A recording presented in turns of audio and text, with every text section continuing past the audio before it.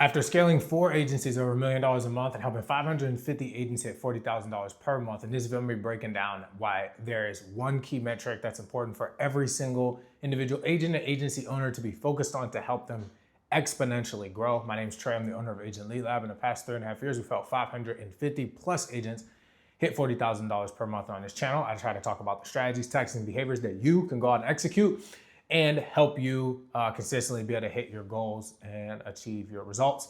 As always, please make sure to like, comment, subscribe. Let's hop right into the video. So for today, I want to talk about something that, in my opinion, is probably one of those things that gets not as much credit as it should when it comes to the success of agents or agency owners. So let me take a step back. Before I get into it, there was a time before a lot of life insurance agents were doing virtual where we were in person. Now, take 2 steps back. When I say in person, I mean selling in person. But a step before that was like we had offices, right? And one of the things that happened when you had offices is people had to show up on time. People were typically dressed relatively well. There was a lot more attention to detail, and you were able to get people up and running a lot faster. Now, fast forward, we then started doing virtual, which allowed us to obviously have and reach out to more people. And then we started building teams out virtual, and we were still selling in person. And selling in person was the same thing. It was typically higher premiums, more consistency in closing. And then what happened is we started focusing on selling virtually. So now we went from selling having teams in person and selling in person to having team virtually and selling in person to now having virtual teams and virtual sales. Now, there's been this newer wave in the life insurance space, I would say within the past 1.5 years. And if I knew, I just mean in like certain, some of the bigger, without dropping any names, IMOs and companies that are coming back to the original idea, which is how do I grow my team or get my agents to start writing bigger numbers, bigger premiums, consistently writing more business? Here's the key. It's creating a culture, and not only just any culture, the in-person culture. This is simply one of the quickest hacks to exponentially grow your team. You could take a team of 5, put them all in person, and nearly 1.5 to 2x their income. Why? Because you can control the standard that's created, and you have a lot more, people are a lot more dialed in when they're in person.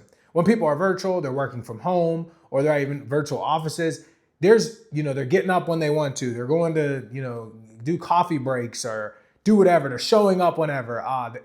When you're in person, there's a few things you can do. Before you get to the office, you can all go to the gym and lift together, which creates a sense of accountability and trust.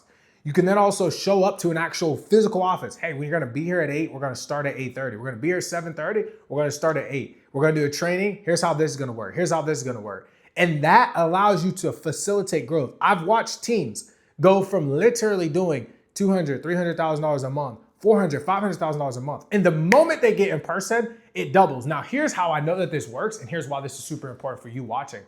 If you're a life insurance agent, you ever went to what's called a lock-in. One of my close friends, his name's Austin Jones, him and this guy named Josh Williams started this thing called a lock-in, where they would fly people from around the country to one centralized Airbnb or big location and just train them for 3 or 4 extensive days, and they would lock arms together, and they would see tremendous spikes in growth. What would happen was people were like, yo, we keep flying around. Why don't we just start an office here and build this thing out? And what happened is now you have all these people where the culture, right? It feels Wolf of Wall Street like. It feels, I don't even know the word, but you guys get the point. You're creating this environment where people are forced to grow because they're held accountable and they have what? A standard, right? And typically you hear this word culture and standard put together. I just dropped this on my Instagram. A lot of times you'll hear people say, there's a crazy culture there. Or you hear other people say, there's a standard. To me, without getting into the actual definitions, here's how I understand it, right? When you go into a place, if the way that you act, if your behavior changes because of the environment or the place that you are in, that place has a culture. That place has a standard. Right? A standard is essentially, to me, the way I look at it is culture is a bunch of standards all combined up to equal a lump sum of a community. They call that the culture. Then there's standards for everything. Let's use sports. Every single time the coach, as the play's going on, they go through the whistle, right? Or when you're doing conditioning, and you have to run 100 yards, they run 101. That's the standard, right? Not only that, they don't put their hands on their hips when they're tired, or their hands on their head. They hold their hands on their side. They don't verbalize complaints. When you add up all these micro standards, you get a culture. And the reason why that's so important is when you have a life insurance agency where the standard is if you show up at 8 and we start at 8:01, or you show up at 7:59 and we start at 8. If you show up at 8:10, you're not even allowed in the office. That's the standard. When you come in, you dial, you don't go to the bathroom until you get your first appointment. You can't go eat until you close your first deal. That's a standard. Healthy, unhealthy, however you want to view it, I'm not here to judge. I'm trying to let you understand that is what helps you grow.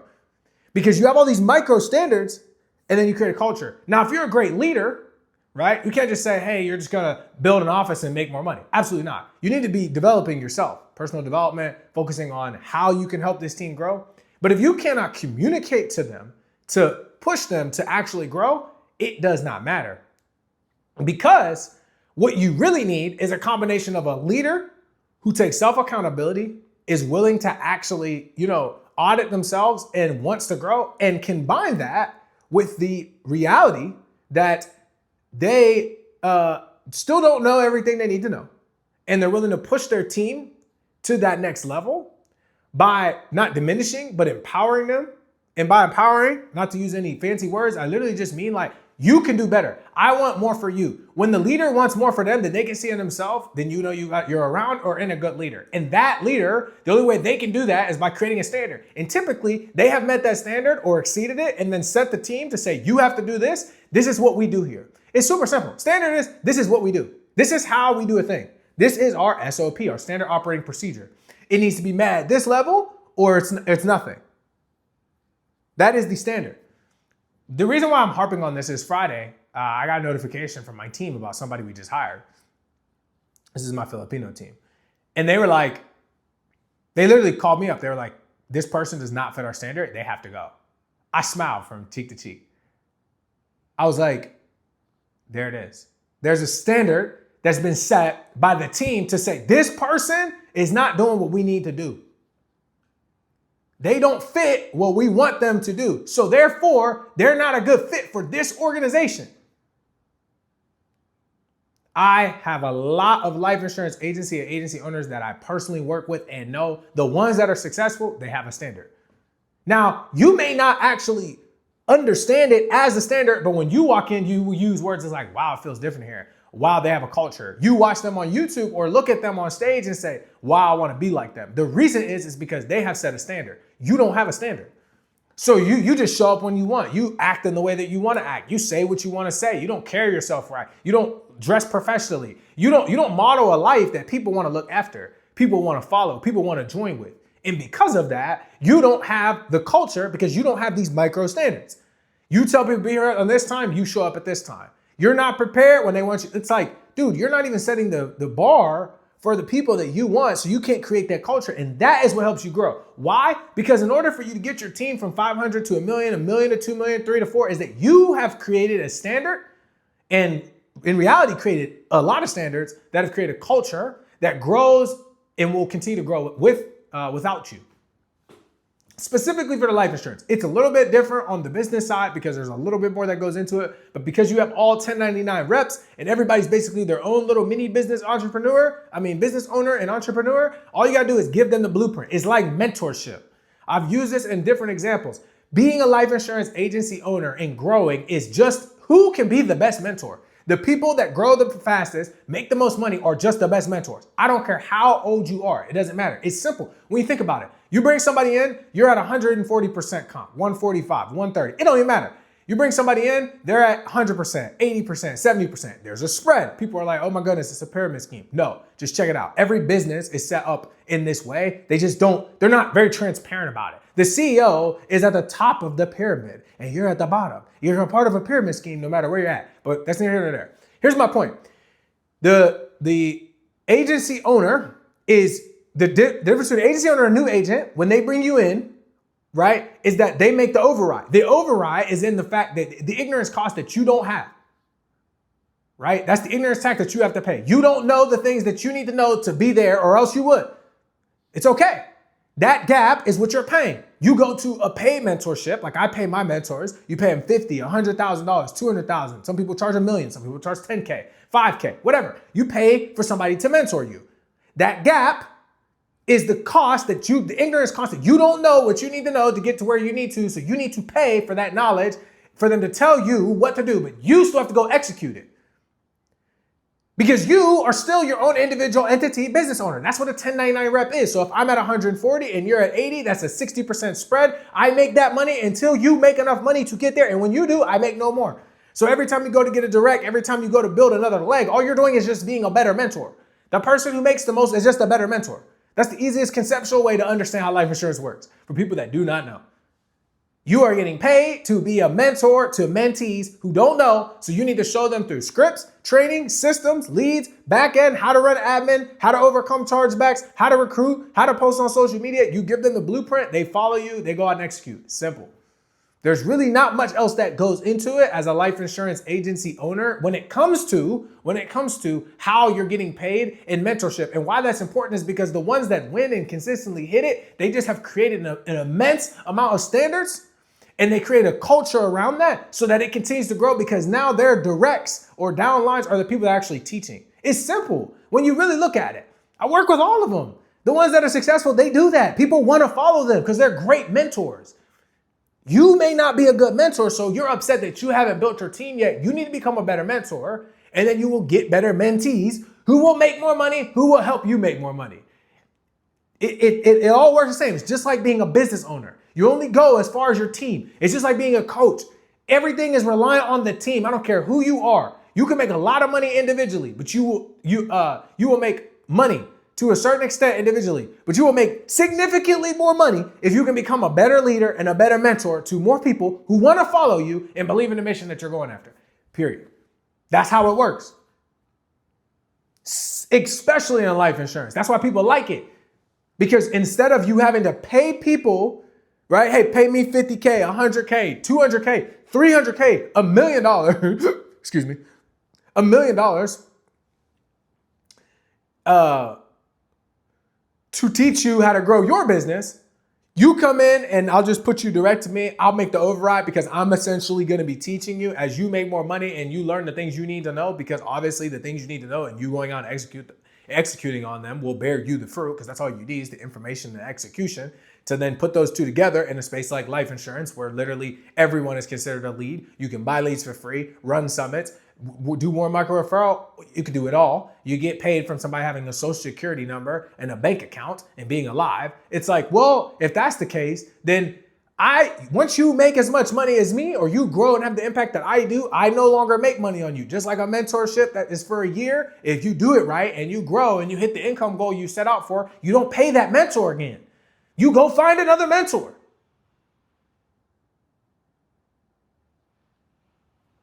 That's how it works. So as always, please make sure that you like, comment, subscribe. I just want to touch base. Culture and standard is everything. That's what you need to grow. And if you don't have it, just like I said in my Instagram post, if you do not have the culture or the standard, here's the easiest thing to do. Go find somebody on YouTube or Instagram. Swipe up, send them a DM, say, I would love to join your organization. What would it take? You want to know what the best thing about the life insurance space is? Once you get your license, you can leave. You didn't even have to pay the money. You get brought into the wrong mentor.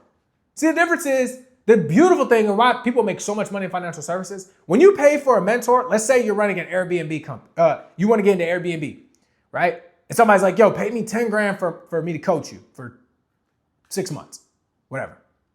You pay them 10 grand. That coach sucks. You're out 10 bands. You go to a life insurance agency and it's not popping, and you swipe up and see somebody else who is popping, who's getting to it. You DM them. They send you their bank statements. They're actually getting paid. Do that. Make sure they're actually getting paid. And then you say, yo, I want to learn from you. All you got to do is just get your little contracts moved over, which may take a little bit of time. But guess what? You didn't lose out any bread, and you can still sell in the meantime.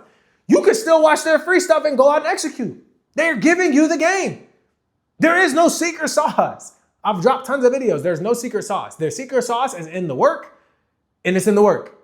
It's simple. You recruit more people by posting more on your Instagram, telling more people about the opportunity, and you grow. Oh my goodness. You make more money, you get better at sales by trying to sell, by working more leads. You get better at booking appointments by booking more appointments. It's not like running a business where you have to like hire all these people. You just need a script. You need to know how to communicate with people, a script. You need some leads and you need a phone. You can get absolutely busy with that. And then you can go from there.